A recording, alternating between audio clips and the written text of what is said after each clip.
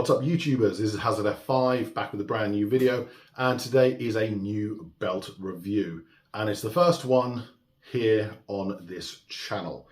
So my other YouTube account was deactivated at 24,000 subscribers and well over 7.5 million views, and YouTube seemed less than bothered about reinstating it.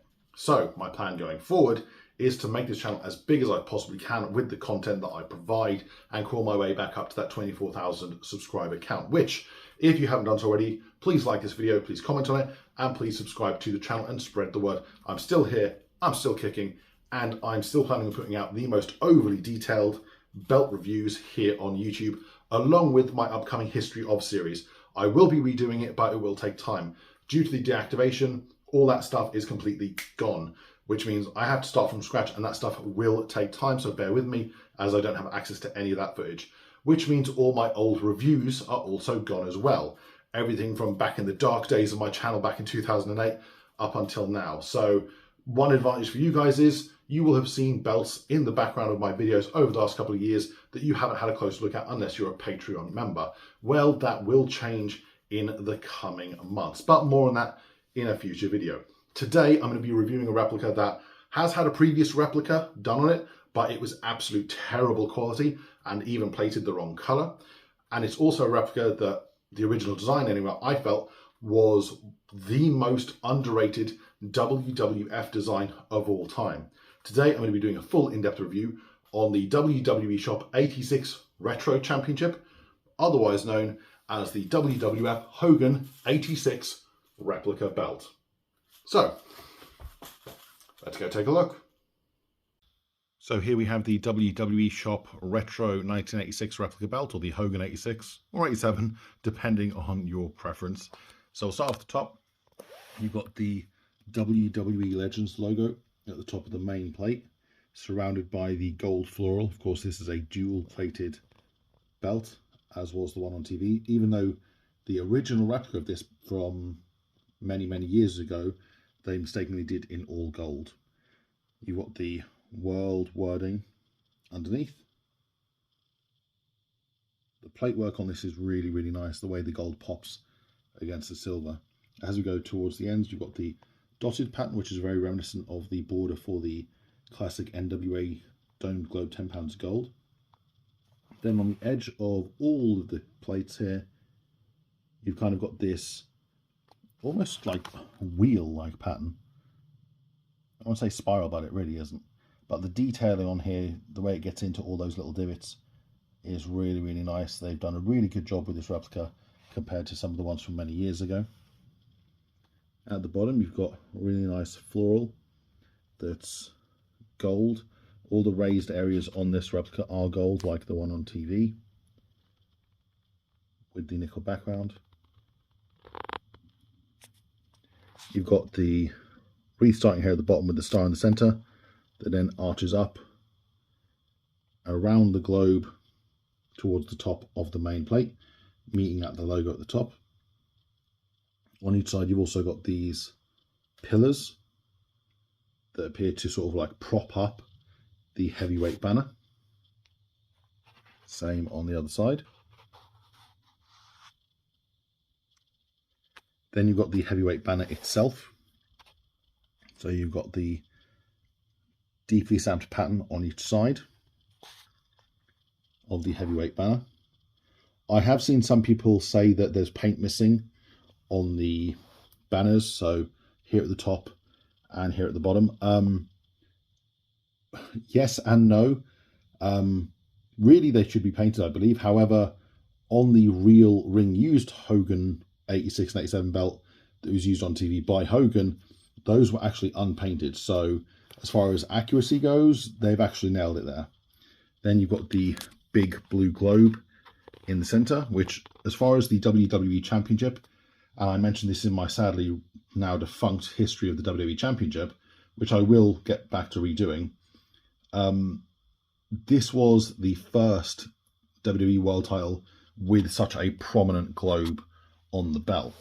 Now, the artwork for the globe is a bit of an issue. So, uniquely, when Reggie Parks made this belt, he made it with the sort of central axis being down Australia, Typically with world titles, specifically for American promotions, you'd have the sort of the Americas more central, and Australia would be out far to the right. But that's not really the issue here, because that is accurate to the real one. The issue is they've kind of gotten rid of Japan, which should be around here. So they've gotten a little bit lazy there with the globe artwork. As far as the detailing and the depth, it's got some nice depth to it. It's not the best of the replicas they've produced recently, but far superior to some of the old replicas. Like the old replica of this was dreadful. It was all gold. It was completely the wrong color scheme. So at least they're improving in areas. Then we go to the side plates. So you've got the logo at the top. You've got, again, that circular border on the left and on the right of the plates. You've got Old Glory, the United States flag there at the top, with the Mexican flag at the bottom. As we move on to the next side plate, you've got, again, the logo at the top with the Canadian flag and the Japan flag. As we go over to the other side plate, so we've got the Union Jack here for the United Kingdom. Now, the actual Union Jack features these diagonal stripes that you see here in white. On the actual flag, they are red. However, once again, this is how Reggie Parks painted the belts back in the 80s for this design. They featured white stripes. So although inaccurate to the actual flag, again, it's accurate to the championship that was used on television. Normally on a lot of these belts, they actually get the alignment wrong. So you can see on each side, the line is to the left of the center. On a lot of belts, they just stick them in the center for some reason. So at least they got that right. So you've got the United Kingdom there. You've got the Australian flag at the bottom. And again, you've got the white stripes accurate to the original. Then you've got the USSR along with Italy. You've also got a gold tip on this replica, a much bigger gold tip than on some of the previous replicas as well. Now, with this belt and most of WWEShop's replicas, one of the biggest issues is the paint. So the amount of paint they actually put in each of the painted areas is so thick, and at times is almost like a plastic insert rather than a thin layer of paint. So if I were to go to, let me pick one here. So if I go to the Mexican flag here, so although you've got a decent bit of depth, the paint is up to the line of the stamping. So you can't actually feel it go downwards here and then across with the paint because it's so thick. It feels like one flat layer. Now, this isn't the worst one I've seen. Now, the paint on the globe is pretty thick. You can see it goes down slightly, but not very much. The paint on the banners isn't too bad because you can actually see there how deep it goes with the reflection of the light. But typically, they are flat across the board as well. So that's something WWEShop do still need to work on. Now, I'm going to talk about the strap in a moment, and this is where I'm going to go into the differences between this being the 86 version and how it's also similar to the 87 version. So this belt features the cross stitch and flower border. Now, the Hogan 86 version of this design did indeed feature this style of tooling. It goes up towards the end, arches round the snap box, and down again. It follows through nicely, going around the plates.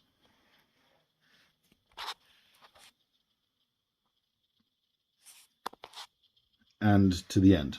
Now, I believe, I could be wrong here, I don't believe the 86 version actually had WW at the time F lettering. I could be wrong about that, but I do know for sure that when belts did feature the WWF lettering tooled into the strap, they were lined up with the snaps in a vertical line. None of them appeared diagonally in that fashion.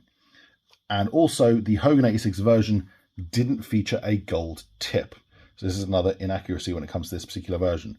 Now, the Hogan 87 version, so the V2 basically, did feature the WWF logo in the strap rather than lettering, and it did feature a tip as well. However, it wasn't a tip like this. It was actually a relief tip that featured the WWF logo and Hulk Hogan's name, thus the Hogan 87 or Hogan 86 version 2, whichever one you would prefer. So while this is being called the Hogan 86 version, it does feature some aspects that were exclusive to the version 2 or the 87 version. As far as strap durability, this is not the best that I've seen from WWEShop. I've seen a lot better. They're very hit and miss when it comes to their straps. Like, sometimes they'll be absolutely wonderful, they'll be buttery and smooth and flexible, and then you get other ones that are like, nope. Now, this is kind of in the middle, more on the stiffer side, to be perfectly honest, but there are ways around that.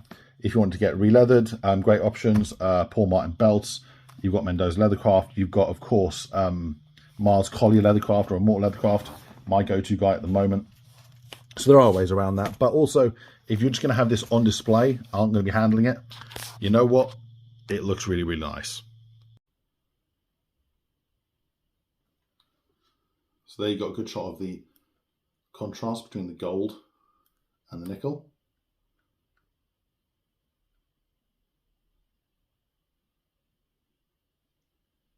The blue that's used on the globe is a tad darker than the one that was used on the TV belts. Now my camera is making it look brighter than it actually is, combined with the lighting setup here. Got the gold tip as well.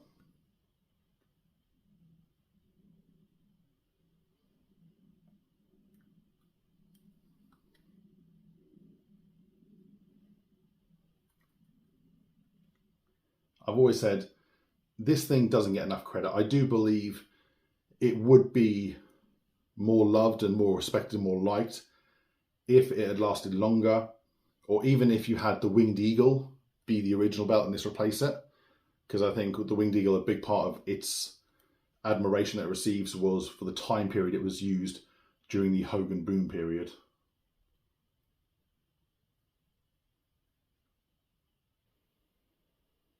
And there you have it, guys, the Hogan 86 WWEShop replica belt, /87, depending on who you ask. Really, really nice replica, a vast improvement on the old version, which was poor quality, the wrong plating color and everything else. But this is really, really nice. I've always said that this and the WCW 91 to 94 was the most underrated design in mainstream wrestling history. I do still stand by that. It's a lovely, lovely piece, especially if you're an old school fan from the 80s into the very early 90s, especially within the World Wrestling Federation. And certainly if you are a Hulk Hogan fan, this is a must, as this is along with, I think, 3 other designs, not belts, but designs that were held exclusively by Hogan. While other wrestlers physically held the belt, he was the only one to actually hold it as champion. Now, I don't know what review I'll be doing next. I do know that I'll be posting on Patreon in the next week or so a nickel-plated WWF Bulldog Classic Tag Team Championship review, HD. Regarding my open YouTube channel, as you guys know, my patrons do get early access to my videos, and the next one I'll be redoing is probably my JMAR made Undisputed World Wrestling Federation, WWF, Championship belt, the version 1. Of course, I've got a bunch of stuff behind me that I'll be doing reviews on as well. Now, with the deactivation of my other channel, unfortunately, that does also eliminate the ad revenue I was getting from that channel, which is why the Patreon page is more important than ever. So if you are so inclined, I greatly appreciate you going over there in the next month or so to check out the content I will be producing there. They do get early access and they do get exclusives. But anyway, guys, thank you very much for all the support, all the messages, And please subscribe to the channel, like the channel, comment the channel, and spread the word that I'm still around. I did have a number of messages asking what happened, where had I gone, etc. And it's just, unfortunately, YouTube being YouTube. I'm not the first, unfortunately, and I don't think I will be the last, as they're getting very trigger happy these days. Anyway, guys, that's it from me, and I will catch you as always next time.